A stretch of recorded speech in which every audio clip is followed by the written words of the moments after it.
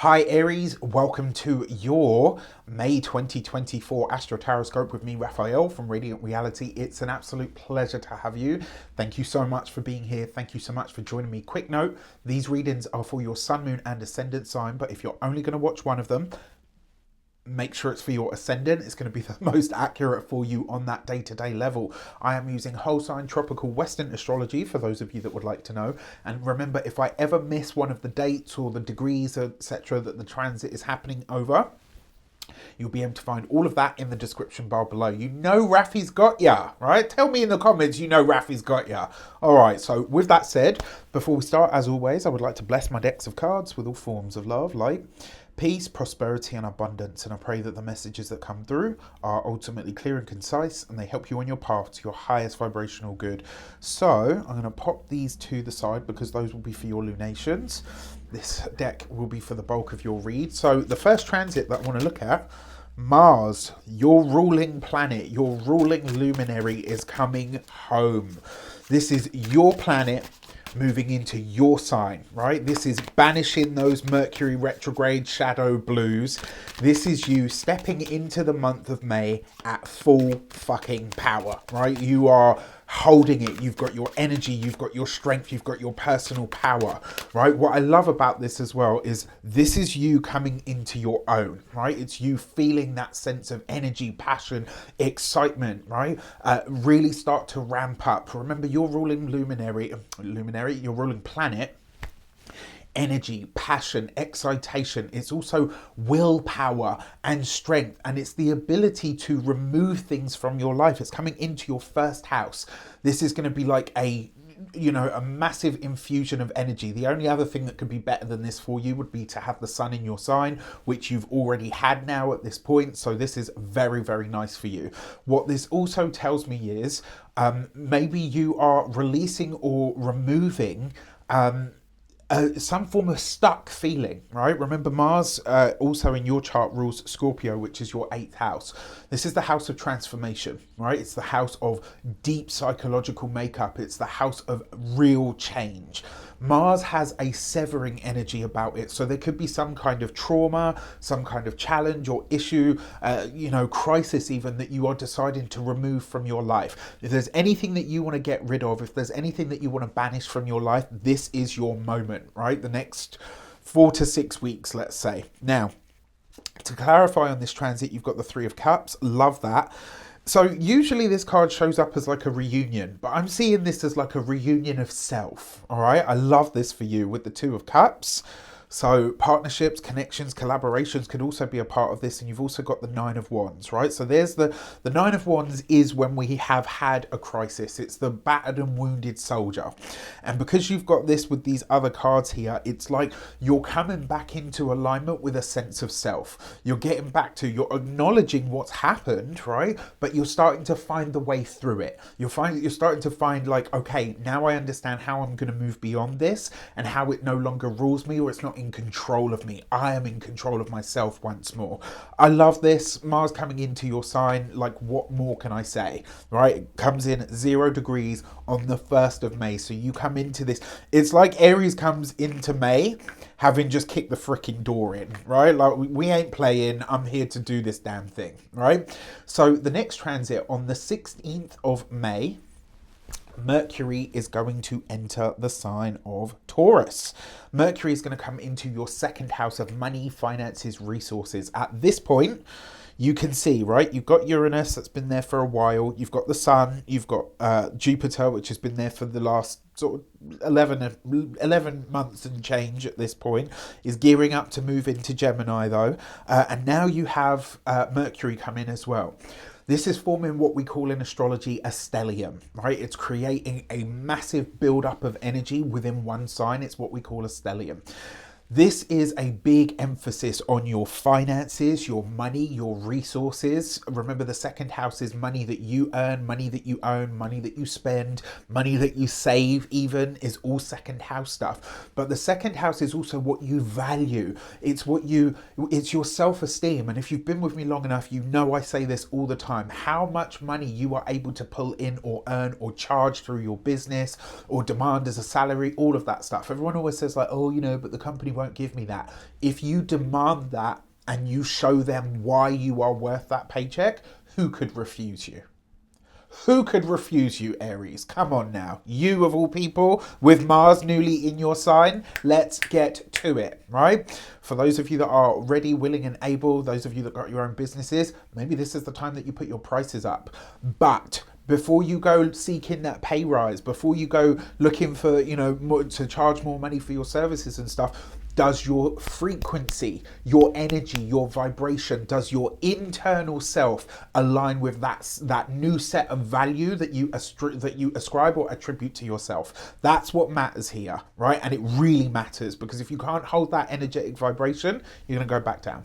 All right? It's the same way as, like, lotto winners. 98%, I think it's like something, well, no, it's not that. I think it's like 85% of people that win the lottery within 5 years are broke. And I've got a feeling it's not just about their spending habits. I actually think it's got a lot to do with their energy, right? And their mindset and all of that kind of stuff. Now, Mercury. At this point, yes, like I said, big, right? Mercury comes in for its yearly sojourn through your money house.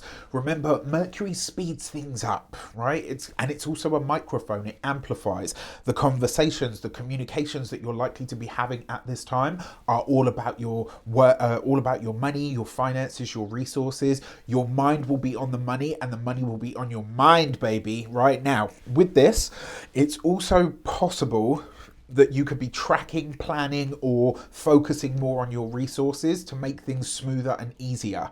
On top of that, as if that's not enough, Venus will also be in the sign of Taurus by this time as well. So it's like you've got this massive build-up of energies now in here. And, Venus likes to be in Taurus. What I will say to you is, around from the 16th onwards, let's say, the thing that you do want to watch out for is the sweet tooth, right? Because the second house is also food, what you eat, what you ingest, the pleasures that you have, and Venus is a sweetener, right? Although we're talking about Mercury, Venus is a sweetening energy, and in the second house, she loves those nice things, right? So watch out, because you could also be spending more at this time. But with this such a big concentration of energy in your second house, you've got it to spend. So it's like, win-win situation. So for this, you've got the Empress indeed, right? You've got the Page of Swords, wow, and the Two of Swords. So for some of you, this could show up as a bonus. For some of you, this could show up as a blessing of some sort, like a gift of some kind. Because the Page of Swords is involved, for those of you that are within the working sphere, whether it's for yourself or somebody else, this could be that you get a boost or a bonus from or through your work that you weren't expecting. And so when you get it, you're like, holy crap, that's amazing. Like, I really did not expect this, which is absolutely wonderful. It also looks like there are contractual matters to consider around financial things at this time. And with the Empress here, if you're getting into or purchasing look, you're out of Mercury retrograde. Yes, you've got the post shadow, but by this time it's kind of over, to be fair. Well, I say kind of, it's definitely over, because Mercury's in Taurus at this point. But it does look like you're inking the deal on some kind of big purchase. You got the go-ahead from the stars and from the cards, so go for it. All right, on the 19th of May, Mars will conjunct the North Node. This is a pretty big deal for so many reasons, but one of the reasons is because the North Node is an amplification point, right? Yes, it's the collective destiny, it's what you're being pulled towards in this lifetime, but it's so much more than that, right? It has a very Jupiterian influence to it, in that it expands whatever it is touching, right? This is Mars, your ruling planet, the planet of energy, excitation, passion, irritation, in your first house of identity, the first house of self, of outlook, of personality, of your physical body. This, in a lot of ways, you are being amplified, right? But this is because, remember, whenever we're talking about the nodes, we're talking about fated moments. The day before, the day of, and the day after, right? So let's say the 18th through to the 20th. watch around those 3 days for anything that has that sort of like, this is a big coincidence. It feels like a moment that is beyond, right? Pay attention to your psychic nudges at this time, because they will be showing you what the right direction is for you and your life at this moment in time. So love this, right? For this, you've got the Seven of Pentacles, very nice, with the Two of Wands. So this could be something that you are either ready to invest in. You've got this with the Queen of Wands. Queen of Wands is an archetype of you. So in some way, shape or form, you show up in your own reading. There's a lot of energy here that speaks to this as well. There's potentially something that you start to invest in at this time. It's not just going to pay out immediately. It will take its time. But I can guarantee you that whatever it is that you start, move towards, begin, plant seeds on at this point around investments, they could be financial investments, absolutely. Or even financial commitments, or anything of that nature. This could bode very, very well for you and for your future. So pay attention to those nudges, hunches and dreams. A fire sign woman could also feature for you around this time. So this would be a fellow Aries or a Leo or a Sagittarius. And because you've got the Two of Wands, this person probably moves in quite affluent or wealthy circles. So we're here for it, right? Okay. And then finally, on the 26th of May, Jupiter will come into a conjunction. I mean, the sun will be there as well, but, I can't fit everything in. Jupiter will come into a conjunction with Venus, and both of these energies are going to trine Pluto, right? This is a huge deal, right? Jupiter coming into the sign of Gemini. It's not super rare, but it's a once in 12-year transit. This is your third house, local areas, siblings, cousins, neighbors. It's also your commute to and from work. Your third house is also your car. Your third house is your skills. It's communications, conversations, the skills that you utilize at your job on a day-to-day level. All of those things is third house, right? Pluto in your 11th house at this point. It will be, if I'm not mistaken, Pluto will be retrograde by this point. Even still, I really, really like this. I like it a lot, right? As Lord Jupiter comes into your third house, expanding your mind, expanding your reach, maybe even blessings from siblings, neighbors, or something in your local neighborhood could show up for you. Jupiter immediately conjuncts. So Jupiter is the great benefic. Venus is the lesser benefic, right? So you've got the two benefics in your third house. This is some form of good news that you will not be able to ignore. They're immediately setting up a trine to Pluto in the 11th house. Pluto has a lot to do with wealth, the hidden value of things. It has a lot to do with the hidden potential of things as well. Coming together, I'm expecting blessings of epic proportions for everybody, but for you, I think it will be in this. This could be with a new job. It could be with a new skill set. In that trine to Pluto in your 11th house, this could be some kind of blessing that comes from higher ups, because the 11th house represents what we call benefactors, people that can help you, people that will play a supportive role in your life, people that maybe want to support you and you didn't even realize that they were allies. And the 11th house is friendships. So you could be forging new friendships at this time, but definitely over the course of the next year at least, there'll be an amplification of all of this, because the third house is mates. People that you meet, that you're jovial with, that you banter about with. But the 11th house is friends, right? True friends, but also benefactors, people that want to help you.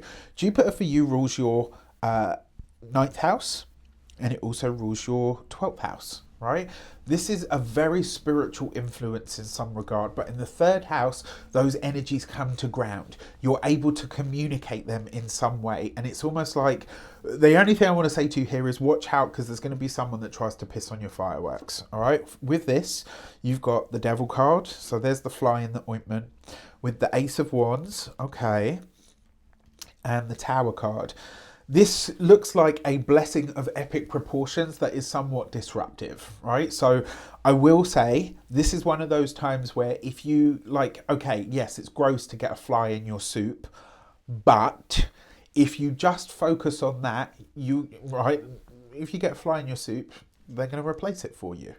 Done. All right. Yes. Okay. It's not convenient or whatever, but if you focus just on that, you ruin everything else that's happening around you.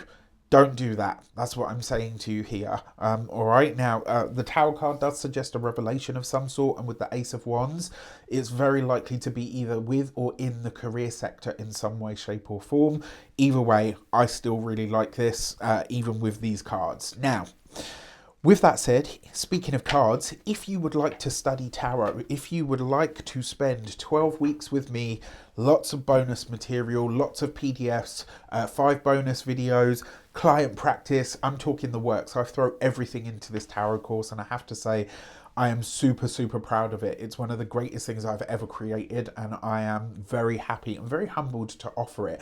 So if you want to get your space on that, remember there are only 20 spaces. I keep the group small that I can so that I can support you, and also so I can get to know you, right? So I can actually spend time helping you through the weird and wonderful energy that is, right? The tarot. So you're going to learn the deck from the foundations right up to about intermediate. I had a student on my last course. He literally had never read even a tarot book. We got him from literally that point at the start of the course to reading spreads by the end of the 12 weeks. I'm super proud of him. He just absolutely smashed it out of the park. Now, that being said, let's have a look at your lunations. So on the 8th of May, we will have a new moon in the sign of Taurus at 18 degrees, right? In your second house of money, finances, and resources. So it's not just that you're having a stellium in the sign of Taurus, you're having a new moon, which means that in some way, shape, or form, your financial future, destiny, experience, whatever you want to call it, is shifting, it's changing in some regard.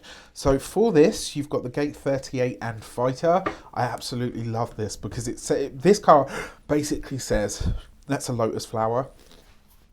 This card basically says that from humble beginnings grow massive things, right? And it means that if you're prepared to fight through it, if you are prepared to do the work, to show up in some regard, your finances as a result of, or should I say, moving forward from the 8th of May, right? You've got to plant those seeds, set those intentions, and you've got to be intentional about it. But if you are prepared to do that work, you can absolutely set something in motion that financially sets you up very nicely for good, big rewards in the future. So I love this for you. Now, on the 23rd of May, we will have the Sagittarius new moon, full moon, right? So sun opposite the moon, and this is happening in your 9th house. Higher education, wisdom, beliefs, philosophies. It also represents your belief structure. The 9th house is legal matters and proceedings as well. Your 9th house also shows up as publishing and broadcasting, as well as foreign travel. This is, if the 3rd house is about expanding your mind, the 9th house is really about expanding your mind and your soul. All right, so for this, you've got the Gate 37 and Sweetness. This is actually a family card. So this could be connections. If you've got connections with family members that live abroad, this could be with them. It could be that you are planning some sort of trip to go abroad, which could be absolutely wonderful. It could also be as well that your maybe family members come close. Maybe they come to help you or to play a supportive role in some way, shape, or form. Because it's a 9th house full moon, this may have something to do with a grandparent. Very possible. There's a reason for that. I won't go into it now because it's quite a long story with derived houses and stuff, but just trust me, this could be a grandparent energy. Now, with that said, I wish you an abundance of all of that good stuff. Have a fantastic month. Let me know in the comments how it shapes up. Take care, and I'll see you soon.